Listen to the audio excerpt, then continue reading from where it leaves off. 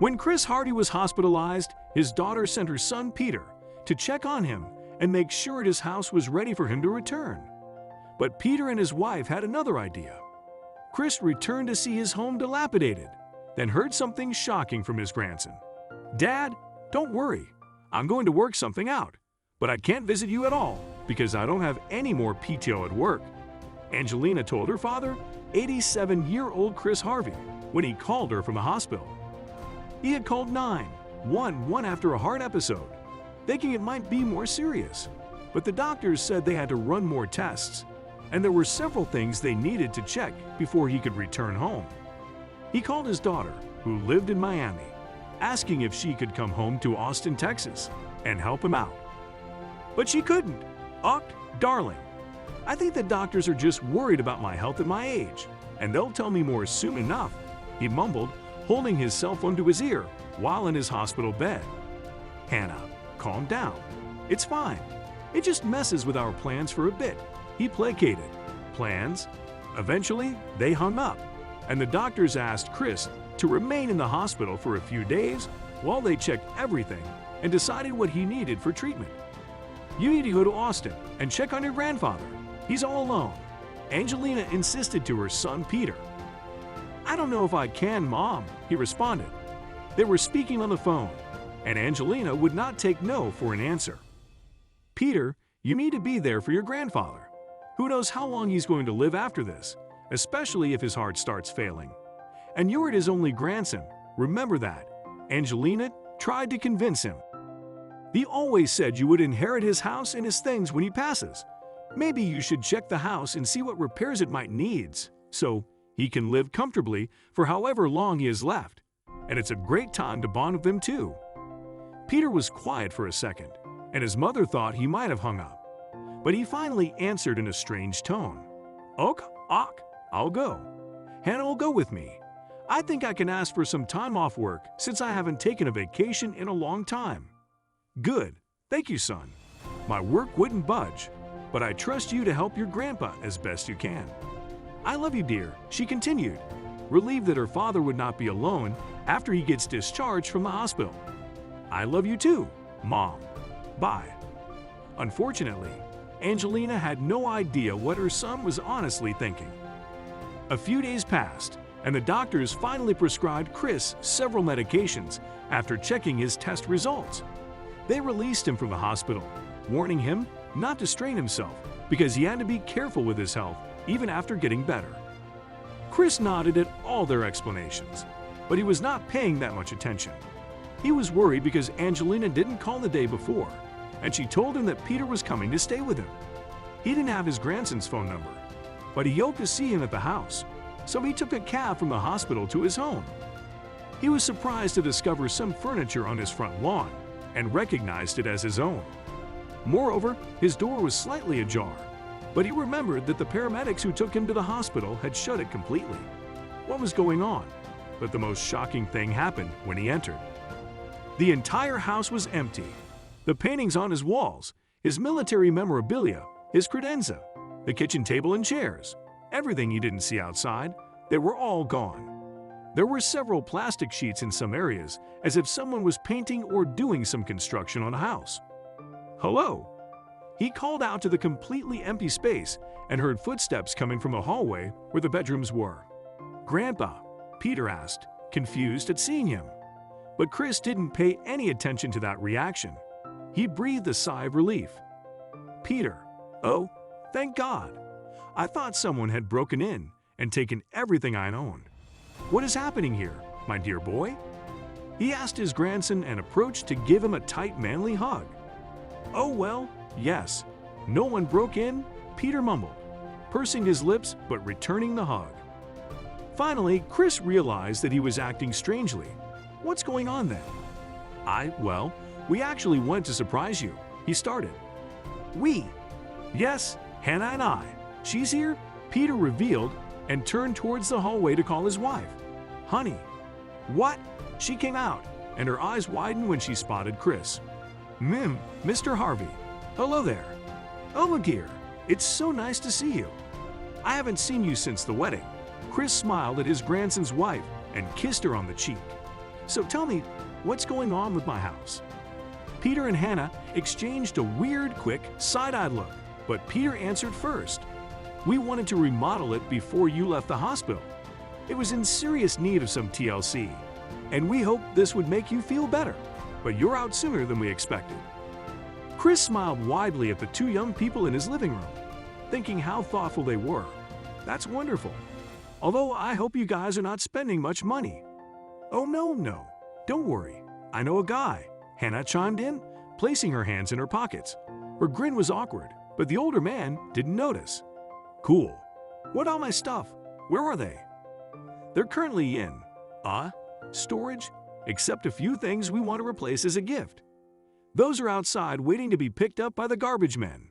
We had to put it there for the remodel, Peter explained with a strange pause. But the bedrooms still have everything. Don't worry.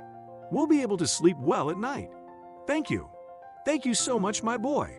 You are amazing, Chris stated, hugging them both simultaneously. He was insanely happy to see family again and realized how much they cared for him to do something so thoughtful. Now listen, I have to get some prescriptions filled up, but I'll be back soon. Sure, Peter and Hannah said in unison and chuckled awkwardly. Chris frowned at them for a second, but didn't put much thought into their attitude. He left for the local pharmacy, which was within walking distance. When he returned several minutes later, he didn't see Peter or Hannah in the living room.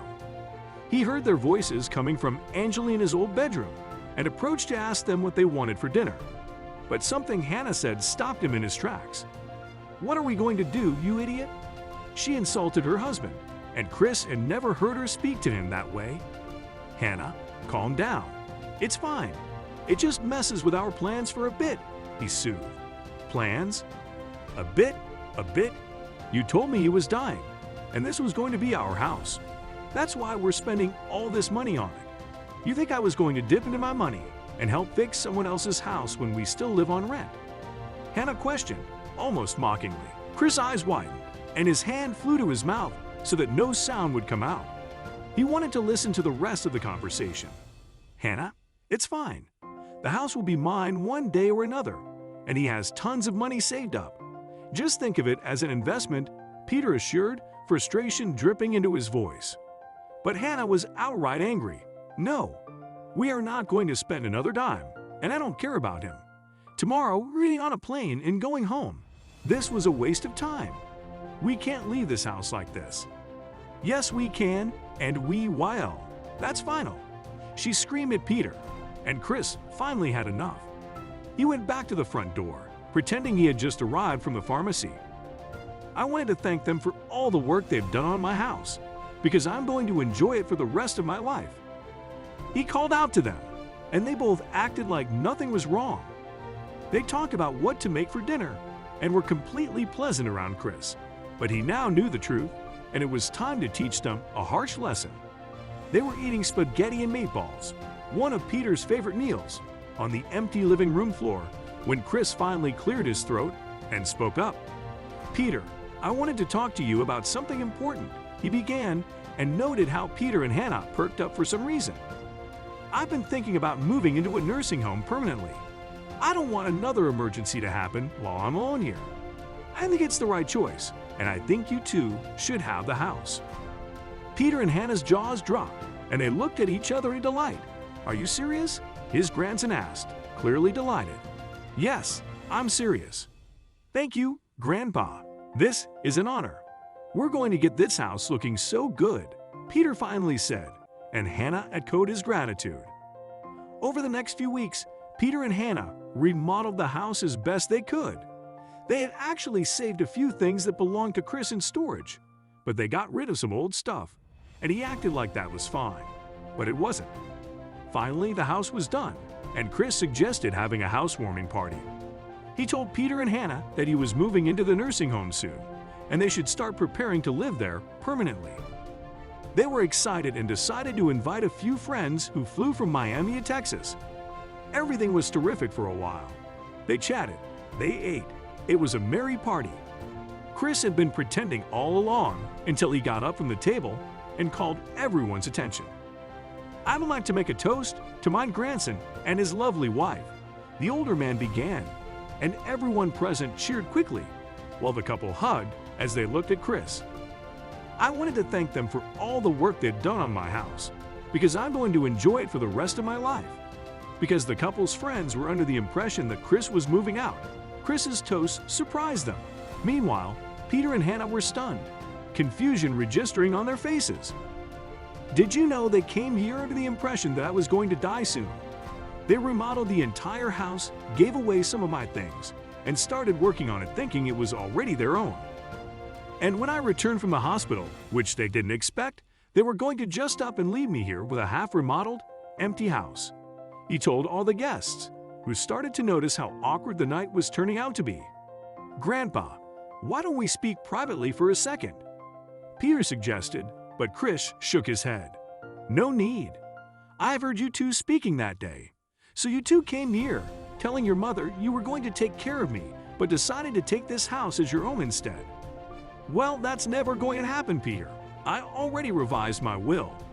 This house is going to charity when I'm gone," he revealed, shocking everyone. Hannah was red-faced and wanted to make a scene, but didn't want more embarrassment. Chris called everyone's attention once again. Now, he cleared his throat and raised his voice. "yUyJfq out of my house right now, before I call the police." Peter and Hannah's friends didn't have to be told twice. They scrambled to get away, and Peter kept yelling at Chris because he still wanted to get a word. But the older man didn't want to hear any explanations. Audi, he demanded, and Peter and his wife left. The following day, Chris told Angelina precisely what her son had done and what they were planning together. He didn't tell her sooner because he knew it would break his daughter's heart. But she had to know now that everything was out there. Angelina was ashamed of her kid, but didn't like how Chris deceived them either. She couldn't do anything about it though. "You're right, Dad. It's your house. But are you comfortable severing your relationship with Peter just like that?" "Honey, he severed it the day he decided to kill me prematurely and claim my house." "Watch out, because who knows what they might do with you," he warned his daughter, and their conversation ended. Chris lived for 11 more years, and as he intended, his lawyers sold his house and donated the proceeds, along with the rest of Chris's estate, to a charity for senior citizens.